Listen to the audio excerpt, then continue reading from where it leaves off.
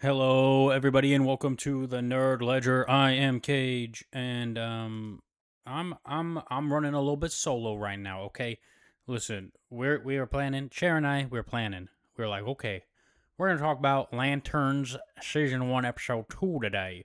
We're planning to talk about Lanterns. But he was working on his computer. He's manually doing some upgrades to his computer. Getting the parts he needs, doing all this robotics buildings and whatnot. And classic Best Buy, they didn't include some things in his order, so he wasn't able to get on today and talk about lanterns, which is fine. We'll talk about lanterns another time. Okay, today I didn't really have a plan. I just wanted to talk. To be honest, there's a tiny bit of like nerd news stuff going on, more Paramount drama, which to be honest at this point, until something actually like happens, we can talk about it. I don't want to talk about the Mark Ruffalo versus Paramount comments. I'm just not that interested, to be honest.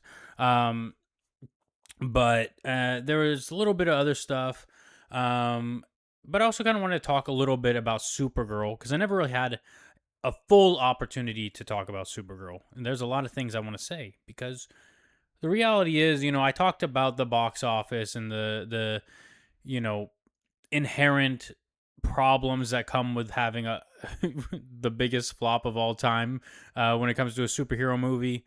But I wanted to talk about the movie itself a little bit and some of the other issues around the movie that have nothing to do with the movie other than you know they surround it.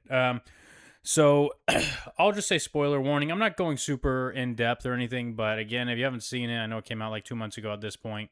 But if you haven't seen it, I'm gonna talk about it. So um, I actually thought it was a decent film. I think it would be like a middle of the road MCU film. I think it's better than a lot of what we got in Phase One of Marvel, and this is technically Phase One of the DCU.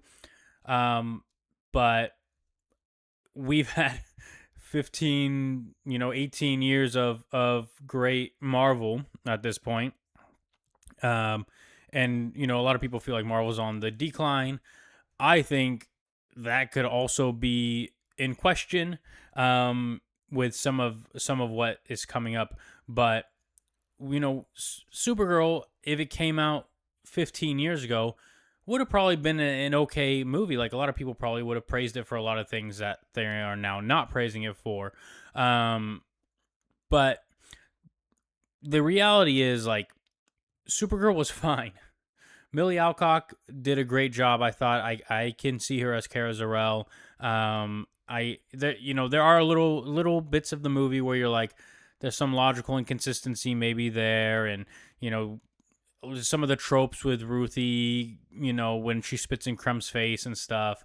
Like Krem himself is kind of a problem. Like they made unnecessary adaptive decisions with Krem that feel very unnecessary. Um, but like the film itself, it doesn't look bad. Like visually, like the effects aren't bad. The story is good overall. Yeah, this is one of those where if you've read the source material, if you've read Woman of Tomorrow, it's really difficult to live up to that. And so if you're not doing it exactly like that, you're making, certain choices, people are automatically going to dislike it because Woman of Tomorrow, even though it's a very modern comic book, it came out, 5-6 years ago, in the world of comic books, that's very recent. Uh, but it's held with such high regard. It's so many people's favorite Supergirl story, and that's something that's really difficult to live up to. And so for people who have read that, watching this, it's hard not to separate those two things. So that worked a little bit against it, but I think people who are massive fans of Woman of Tomorrow are people that were going to go see this movie anyway, right? What hurt the movie really is that Supergirl is not a super popular character. She is in our spaces, right, in nerd spaces where we, we have our favorites and whatever, and they're whatever, but she on her own is not a super popular character that should be the second movie in your universe you're trying to establish, right? Like, and I get it. Again, when the MCU started, like, to me, it's okay to make these comparisons, but they're not super apt comparisons because when Iron Man came out, it had every reason to fail, and it succeeded, right? And a lot of that comes down to Marvel, but most of it is like Robert Downey Jr. and Jon Favreau making this movie, and the way they made the movie, and the way they made Iron Man an interesting character, and they did cool things and modernized the character in a lot of ways, right? Because again, I mentioned this before, and I'll say it again for people who continue to not believe it, but before Iron Man came out, nobody cared about Iron Man. Iron Man was always the least interesting member of the Avengers, a team that was like fourth ranked in all of Marvel, right? Like had always been carried by Spider-Man, the Fantastic Four, and the X-Men for a long, long time, and obviously Marvel had issues in the 80s and 90s and different things, and that's why all their popular characters movie rights were sold off, but they didn't sell off the Avengers because nobody cared. Nobody wanted to make an Avengers movie. And again, Marvel did a fantastic job of modernizing those stories and making you care about these characters. And Iron Man was one of them. And so when you say like, well, nobody really cares about, when I say like nobody really cares about Supergirl, like she's not super popular for the masses, the same is true of those characters. But this was a different time and day when those movies came out. 2008, when Iron Man came out, there was no TikTok. I don't know if the MCU would succeed if it started today, right? I think it'd be very difficult. But those movies changed a lot of things, right? The MCU is like our generation, not necessarily me, but like the generation after me. It's like their Star Wars, right? Like the incredible things that those movies have done, and the first Avengers movie, seeing that in theaters was an event. Every Avengers movie, right? Age of Ultron gets a lot of hate, and it is certainly the weakest of the four Avengers movies, but I still think it's great. I still have a lot of love for Age of Ultron. There's a lot to really like in that movie. There's a lot to dislike, but nothing in there makes me not want to watch it or not enjoy it. So, but yeah, like if if the MCU tried to start this way today, I don't think it would work, right? And it's a big testament to what they were able to achieve. Supergirl has to pull all this weight because Supergirl's coming out in a post Endgame world as well. Like, you think about when Captain Marvel came out. Captain Marvel is not a very popular character either in comics. For the masses, even people who read comics, there aren't a lot of Carol Danvers Captain Marvel fans. There might be more now, but when I was really into comics, right, I liked Miss Marvel quite a lot. Carol Danvers Miss Marvel years and years ago, right? Like 2008, 2009 when they were doing the excuse me, when they're doing like Siege and the Dark Avengers stuff with Moonstone. And I think it was 4 years after that when she became Captain Marvel, whenever that Spider-Man comic came out. And you know, Carol Danvers at that point was like, oh, she was okay, but really when it got into the Secret Wars stuff in comics, not okay. So sorry, not Secret Wars so much, but Civil War 2. She's really insufferable in Civil War 2, and I get it. Like they have to make her be a certain way and stuff. Like the way her dynamic changed with Jen Walters and stuff, and I was just not really a big fan of Captain Marvel, and most people honestly aren't big fans of Captain Marvel as a character. But by the time that movie came out, people are so invested in the MCU. This is building.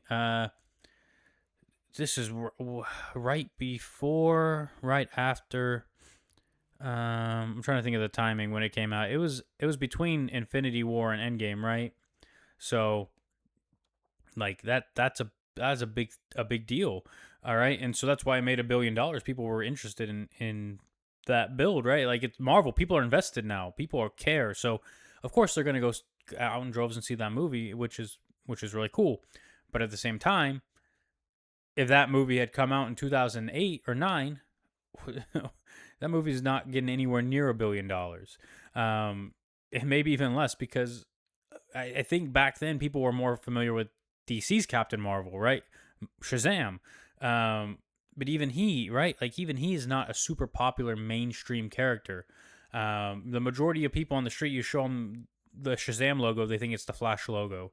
So these are all things I think worked against Supergirl for its box office. Not to mention, obviously, in this world, there's all sorts of backlash to anytime anything could be considered woke or this or that. And I don't think these people are going to see the movies anyways. But, a lot of people probably felt they could just wait till it's out. Like, the DCU is just starting. This isn't building for anything. It's not part of anything that much. Like, whatever. It's just Supergirl, right? Like, she's not in the Justice League. If they're building for Justice League, which maybe people think they are, to her, she doesn't really matter. I'll just wait till that movie's on digital or on whatever, on HBO Max, and people just won't care as much.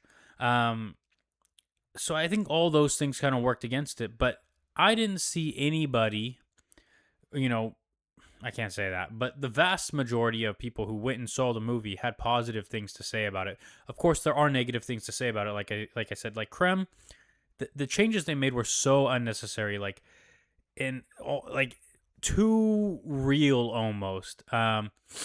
Where you have this villain who's just awful. He's the worst. He's the worst of the worst, and he's doing like kid sex trafficking and shit. Like that's too much almost, right? Like Krem is a bad guy who does bad things for bad reasons. Like you don't need to add more to that. And I think they felt like adding more to that made him feel more three dimensional or something. But I think it made a lot of audience members go, "Wow, this is just hey, picture a bad guy. This is him, right?" And all the things they changed to his appearance, I think people had a problem with. Like, there's a lot of things that you could argue that they shouldn't have changed about Krem. And he's just such this awful guy, murders people with no remorse, whatever, like murdered those people's daughter from that one planet and all this shit. And then when Ruthie spits in his face, he just does nothing. Like, why keep her alive? What's the purpose of that? Just fucking kill her. Like we know you're evil. What are you doing? But like, again, there's a lot to like in this movie. Amelia Alcock is great. Seeing Jason Momoa as Lobo was cool. Like, no hate on that. Um, there's just I really enjoy Kara's story here. Obviously the like the adjacencies with her story and Ruthie's story and different things like that. Like these are all positives, but part of those positives include negatives as well because Kira's, doing this whole hey, you shouldn't kill, like your life matters. But then there's this weird martyr thing where she ends up killing Krem. But why? Like, you know what I mean? Like, there are always alternatives, but I think they're trying to also establish in this that like Supergirl is not Superman. She doesn't abide by the same things as him. Her life is not as easy as his, and therefore she makes different choices. She's assuming, right, that his life is so much easier because he didn't have to experience the death of Krypton the way that she did. And so she assumes that his life is much easier than hers. She's not going to be like him. She can't be like him. She doesn't want to be like him. And so there's a lot to that as well. So I thought it was a fine movie. I enjoyed the movie. I didn't hate anything about it.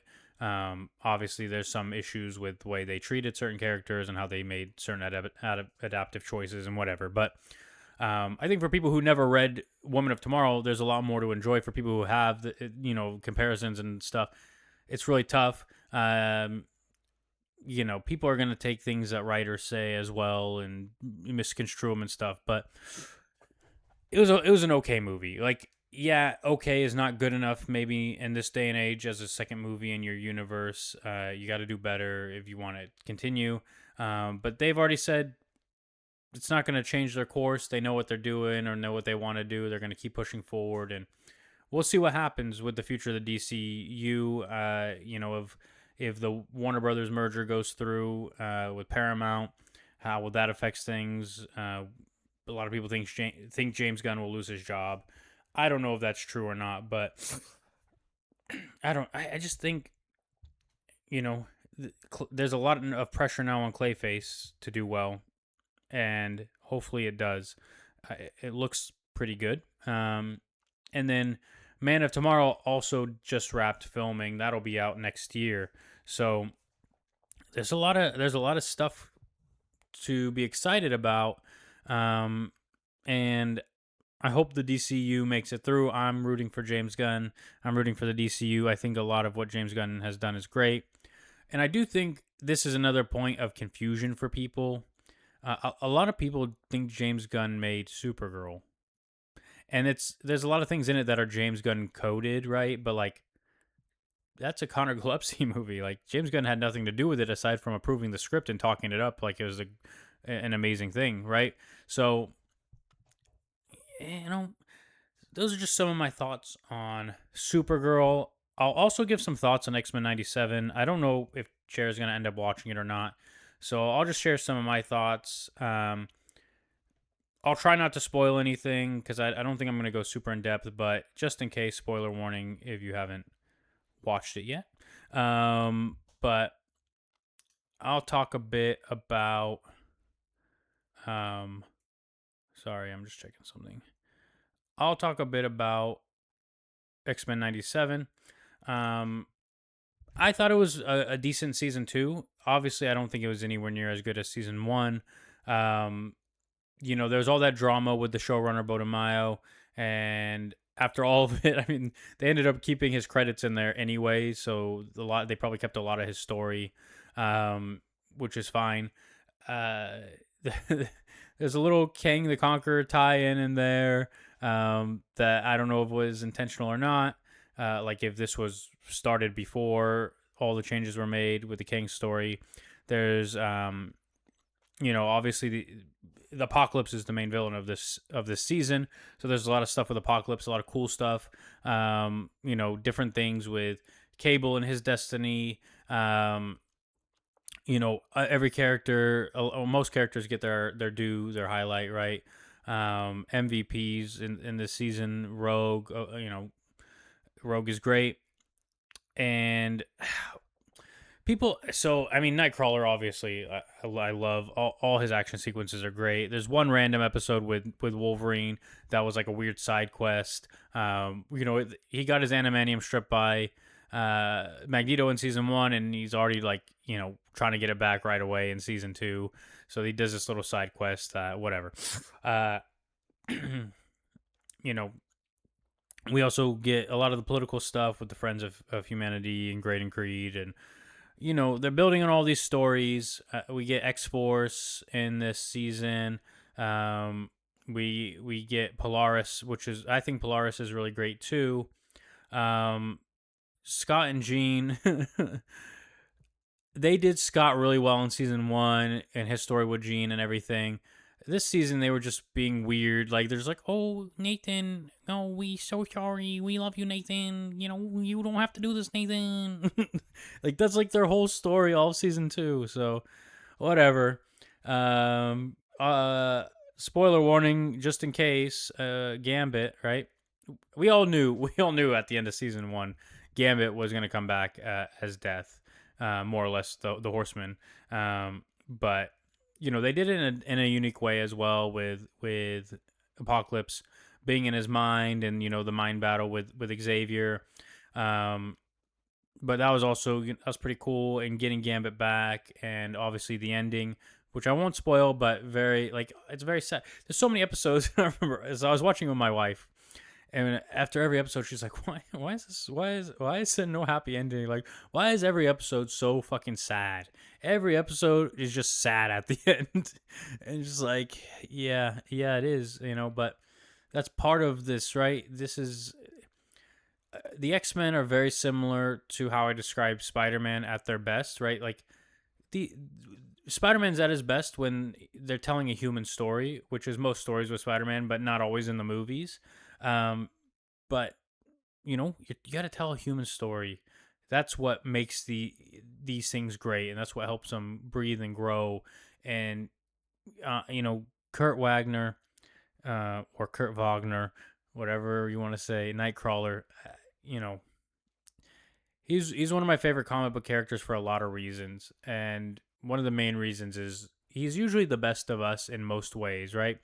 He's not like other mutants who look normal, right? He can't hide his blue skin. He can't hide his pointy ears, like and so he has to contest with so much judgment and hatred because he looks bad. He looks evil. He looks like a devil. Um but it doesn't like affect his faith, right? Like he still believes in people, and he believes that things get better, and he believes that things that people can change. And again, just like I talked about this with Spider-Man in Brand New Day, but like despite everything that happens to him, like Spider-Man has every reason, Peter Parker has every reason to do something shitty, to make a bad choice, to hurt people, to lash out. Like everything goes against him. He has nothing. He's lost everything. And in spite of all of that, he makes the right decisions. That is what makes him who he is. That is what is so beautiful about Spider-Man. That's why he's so many people's favorite character. And Nightcrawler, again, people, he has every reason to do bad things. And he didn't start as like a super great, like good guy character, right? Like, I don't know how many people know like his origins or had watched even the original X-Men series from the 90s. But he well, he was never really evil, but like, you know, he he started in the church, and people looked at him and assumed he was bad because of the way he looked. And despite how people treat Nightcrawler, he's still good, and he still has faith, and he still believes in people. And that's truly, right, what makes you a hero, right?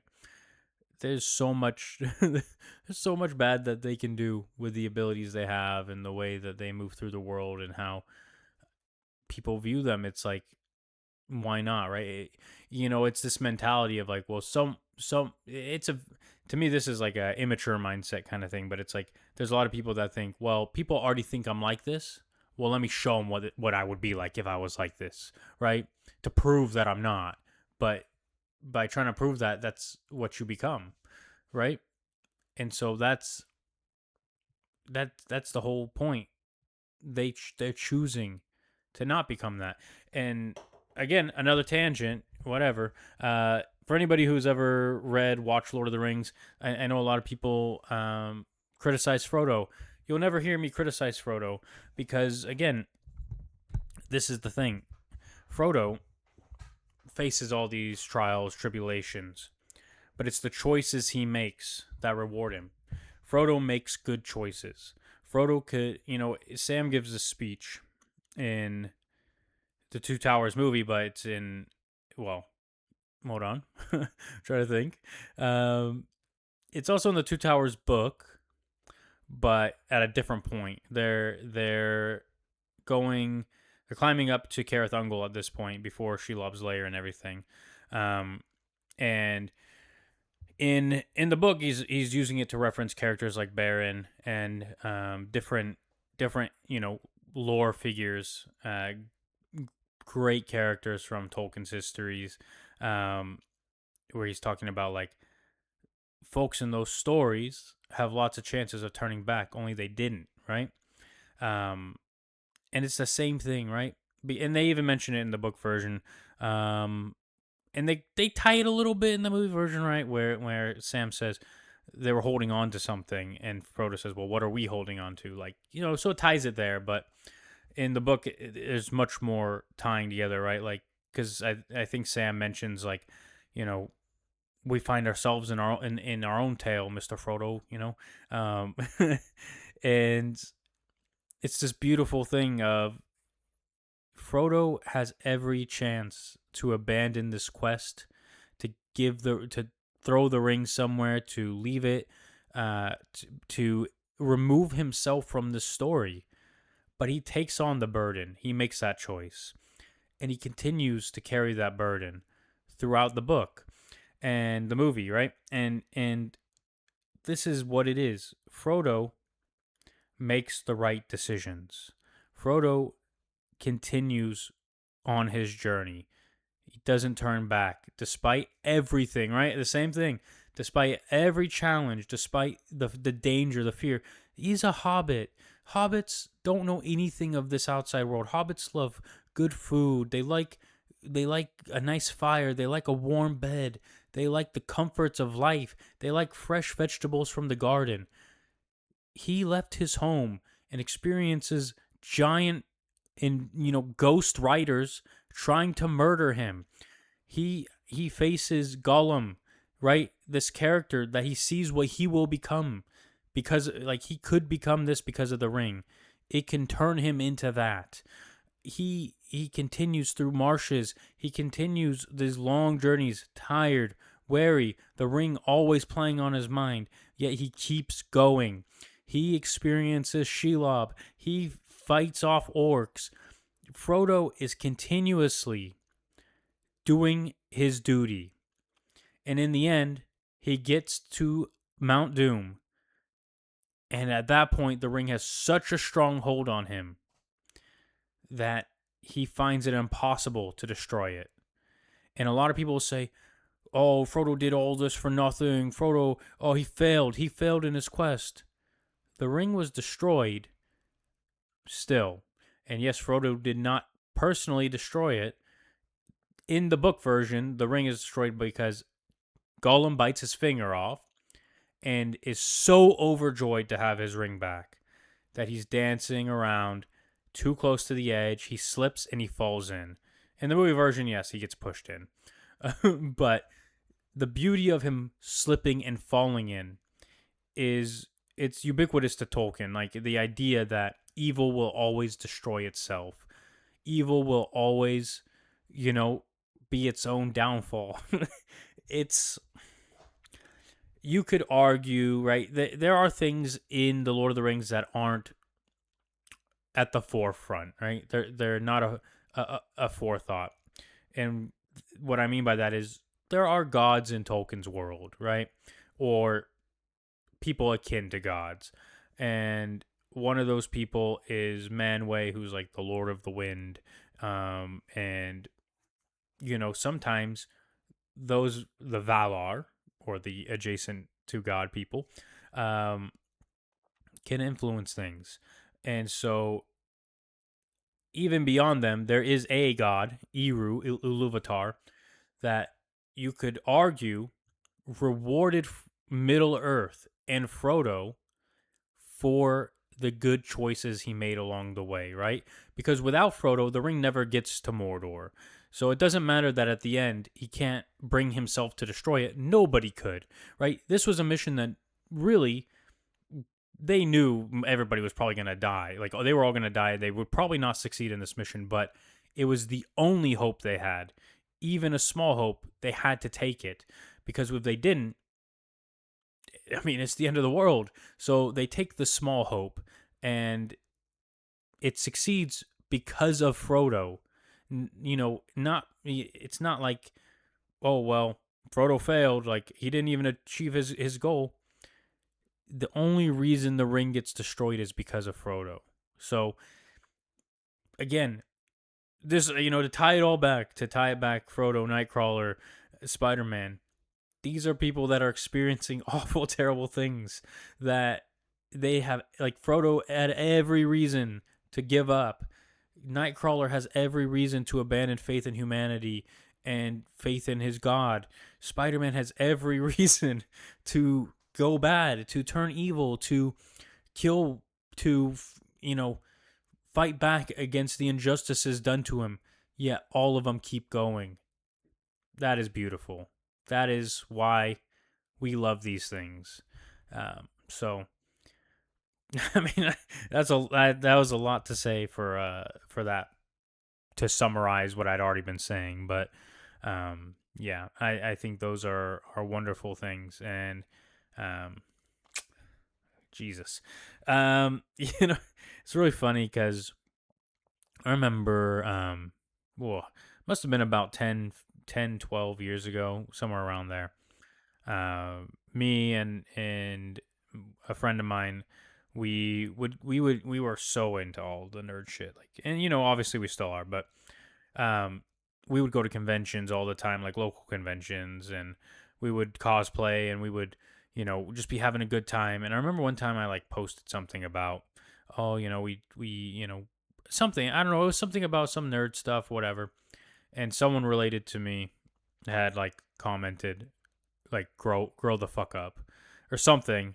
And I was just like, that kind of sticks with you a little bit, but at the time I was like, what the fuck, like whatever, and that's still kind of my attitude. Like I don't really care, but it's one of those things that like people on the outside, people who don't, people who think comic books are for children, or Star Wars and Lord of the Rings or Harry Potter or whatever it is that you're into, whatever your fandom is, anime, which I'm never been into anime really, but we're all part of the same group of nerds, right? Like we're all into very similar things. Um, but people who are on the outside of that, or who outgrew it or whatever, they look at you and they think, oh, like you're childish, or like why do you like this stuff? Like it's weird stuff or whatever. Um, there's a lot of judgment there, and you should never let that judgment bother you, because it comes out of ignorance, really. Like no one ever will ever understand that why you have that love, right? Sorry, I was just thinking about something, but like I have all these Star Wars tattoos. Like I got a whole sleeve of Star Wars tattoos, bro. I got a fucking Sarlacc pit on my elbow. I got Yoda. I got a Tauntaun. I got my dog as an Ewok. I got fucking Queen Amidala. I got Darth Vader. I got Princess Leia, right? I got Darth Maul. I got Boba Fett. People probably look at that and go, "Wow, what a fucking weird and fucking nerd loser. Why would you why would you spend thousands of dollars to get permanent ink on your skin of nerd characters?" Um and I could give multiple reasons, right? One reason is I don't really believe tattoos need to mean anything. I think people just can get tattoos because I think they look cool. And they don't really have to mean anything. Sure, if they mean something, maybe later on in life you won't regret them or this or that, right? Um, that I could say, yeah, you know, I get Star Wars tattoos because I fucking love Star Wars and I think they look sick. But there's a different answer too. Like Star Wars means a lot to me, not just because you know I can see the human parts of the stories and I love the movies and all this stuff, or nostalgia or this or that. Like a lot of what Star Wars means to me comes from my experiences with those movies. Like even as a toddler, like 2 3 years old, like I've always known Star Wars, right? I it was on in the house all the time. I grew up watching Star Wars. In 1999, I was 5 years old when the Phantom Menace came out. I didn't need to watch all the original trilogy because I had already seen them multiple times before. Right at 5 years old, I'd seen them all, and in on the day it came out, on the day the Phantom Menace came out in 1999, I was in kindergarten. I came home from school. My dad told me to take a nap, and that night, at 5 years old, he took me to the midnight showing of the Phantom Menace. You don't forget things like that. And then 3 years later, when Attack of the Clones came out, we did the same thing. Went to the midnight showing. And then 3 years later, and I was in a different state at this time. The first two, when Phantom Menace came out in 1999, I was in Ohio. In 2002, I was in Ohio, but we left Ohio in that summer. And so 3 years later, I'm in West Virginia for Revenge of the Sith. Same thing. We go to the midnight showing of Revenge of the Sith, 2005. You know, those things matter to me. That matters to me. That creates something. Um, and the year after that, you know, things happen in life, and I didn't really have any relationship with my dad beyond that, right? Since 2006. We talk every now and then. Not a lot. Like, it's not a lot of deep discussion or personal feelings or thoughts or anything. You know, we'll talk once or twice a year, and usually it's not about much of anything. You know, it might be about Manchester United, or it might be about just a happy birthday or this or that, right? But beyond that, there's not a lot there. But I got this, you know. I got the those midnight showings, and that means something. So, anyway, that's it. I'm gonna sign off for now. I'll see you guys next time when Chair's back. We'll talk about lanterns and all the good stuff there. So yeah, much love. See you next time. Like, comment, rate, review, subscribe, click all the buttons, and do all the things. Bye bye.